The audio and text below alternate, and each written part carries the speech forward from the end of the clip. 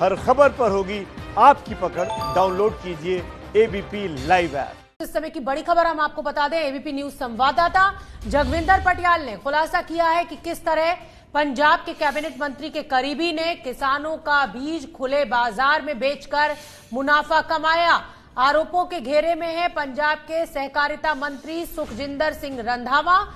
आरोप है कि मंत्री के करीबी करनाल एग्री सीड फैक्ट्री के मालिक लक्की ने महंगे दामों पर ये बीज बेचे हैं। तो सहकारिता मंत्री के करीबी पर आरोप। सहकारिता मंत्री सुखजिंदर सिंह इस समय प्रेस कॉन्फ्रेंस कर रहे हैं। शुक्र है कि ये नहीं कह के चिट्टा वेचन वाला सुखजिंदर सिंह रंधावा एक गल मैं बच गया कि मेरे लागे कुल्फी वेचन वाला गरीब आदमी आ गया ते ओहदे च चिट्टा वेचन वाले का नाम नहीं आया। ओहदे च मैं तुहानूं एक चीज़ दस देना कि इस बंदे ने जिहड़ा कहंदा कि सुखजिंदर सिंह रंधावे दे टाइम से यही कहना कि उन्हें इहदा सीड फार्म खुलाया। इहदा सीड फार्म 2015 आ कॉपी है।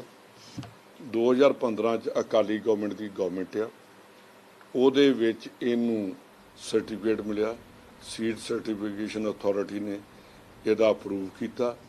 ਇਹਦੇ ਤੁਹਾਨੂੰ ਸੈੱਟ ਬਣਾ ਦਿੱਤੇ। ਬਾਅਦ 'ਚ ਤੁਸੀਂ ਇਹਨੂੰ ਕਰੀ ਜਾਓ। ਇਹਨੂੰ ਮਿਲਿਆ ਸਰਟੀਫਿਕੇਟ 17/9/2015।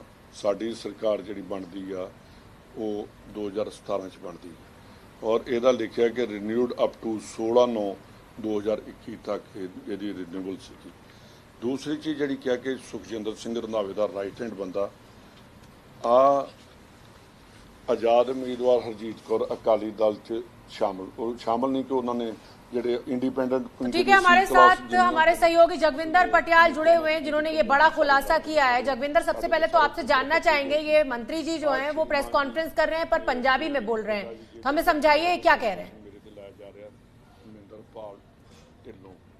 उन्होंने अभी तक ये कहा है कि जिस शख्स के बारे में ये आरोप लगाया जा रहा है लखविंदर सिंह लक्की कि मैंने इसकी दुकान खुलवाई, फैक्ट्री खुलवाई, तो ये पहले अकाली दल में हुआ करते थे। मतलब मसले को अभी पॉलिटिकल रूप दे रहे हैं, अभी बीज घोटाले पर नहीं आए हैं, लेकिन ये सफाई दे रहे हैं शोभना कि ये पहले अकाली दल में हुआ करते थे।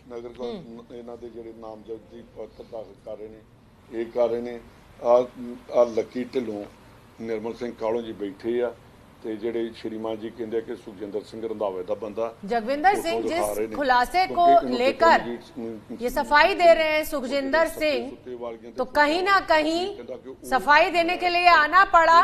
बिना आग के तो धुआं होता नहीं है।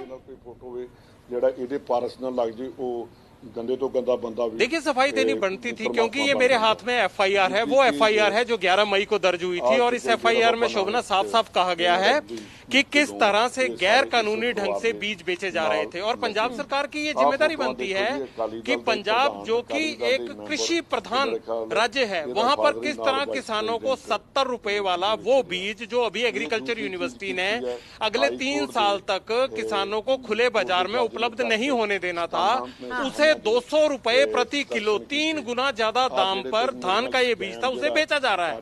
तो अगर मंत्री के करीबी पर इल्जाम लगा है तो उनको ये सफाई देनी ही पड़नी थी। और जब एबीपी न्यूज ने आज सुबह से ये मुद्दा उठाया तो खुद सुखविंदर रंधावा ने मुझे फोन पर कहा कि वो आज 12:30 बजे इस मुद्दे पर हमें सफाई देंगे, लेकिन प्रेस कॉन्फ्रेंस वहां पर बुला ली गई है अब। और एबीपी न्यूज हमेशा सटीक मुद्दे उठाता है, जनता हित में मुद्दे उठाता है। ये किसानों का इशू है, इसलिए इस मुद्दे को हम अंजाम तक लेकर जाएंगे कि आखिरकार कहां ये बीज मल्टीप्लाई हुआ, कैसे ये बीज एग्रीकल्चर यूनिवर्सिटी से लीक हुआ, कैसे ये गैर कानूनी बीज जो है किसी कांग्रेसी कार्यकर्ता या कांग्रेस से जुड़े हुए आदमी की फैक्ट्री में पहुंचा, कहां उसने मल्टीप्लाई करके इसे महंगे दामों पर आम स्टोर में भेजा और स्टोर वालों ने कैसे 200 रुपए किलो के हिसाब से इसे आम फार्मर को बेचा। ये बीज ओरिजिनल है भी या नहीं, इसको लेकर भी जांच की जा रही है कि जब एग्रीकल्चर यूनिवर्सिटी ने बीज को अभी ऑथराइज ही नहीं किया था प्राइवेट प्लेयर्स के लिए, तो वो बाहर मार्केट में कैसे बिकने लगा। सवाल कैप्टन अमरिंदर सिंह की सरकार पर है, कृषि महकमा कैप्टन अमरिंदर सिंह का है।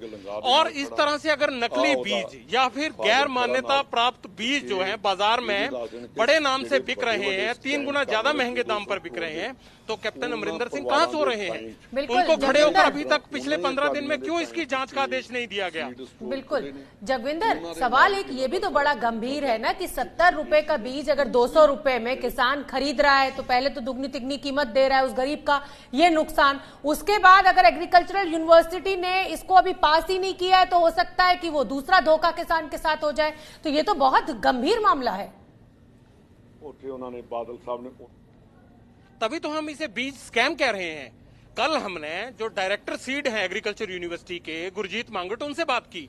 गुरजीत मांगट ने हमें ये कहा कि अभी हमने किसी को भी बाहर इसको बेचने का अख्तियार ही नहीं दिया है, और अगर 3 साल अगर आप मान लें बीज जब बनाती है यूनिवर्सिटी तो अगले 3 साल तक उसको सिवाय किसानों के किसी प्राइवेट प्लेयर को नहीं दिया जाता है, क्योंकि इससे अगर बीज की आउटपुट अच्छी ना हो तो उसको लेकर किसान परेशान हो सकता है। इसलिए तब तक आउटसोर्स नहीं किया जाता है मार्केट में जब तक उसे 2-3 सीजन परख नहीं लिया जाता है। अभी तो उन्होंने कहा कि हम खुद इसको 70 रुपए के हिसाब से बेच रहे हैं, यानी एक एक्सपेरिमेंट के तौर पर चल रहा था। लेकिन अगर वो बीज अच्छा था तो कहां इसको इतना मल्टीप्लाई कर दिया गया कि क्विंटलों में इसे दुकानों में सप्लाई कर दिया गया। और जिस फैक्ट्री पर इल्जाम आ रहा है, अगर वो आदमी किसी मंत्री के करीबी है, उसकी फोटो उनके साथ है और अगर वो कांग्रेस के साथ जुड़ा हुआ है, तो ये सवाल उठता है कि किसानों को ठगने का काम कौन कर रहा है, किसानों से धोखाधड़ी किसने की। लुधियाना से मुझे कई किसानों ने बिल भेजे हैं जिन्होंने ये कहा है कि हमने 200 रुपए खरीदा है, ओरिजिनल बिल भेजे उन्होंने। तो सवाल ये उठता है कि कांग्रेस कैसे बच सकती है, सरकार कैसे बच सकती है इस बात से। बिल्कुल जगविंदर।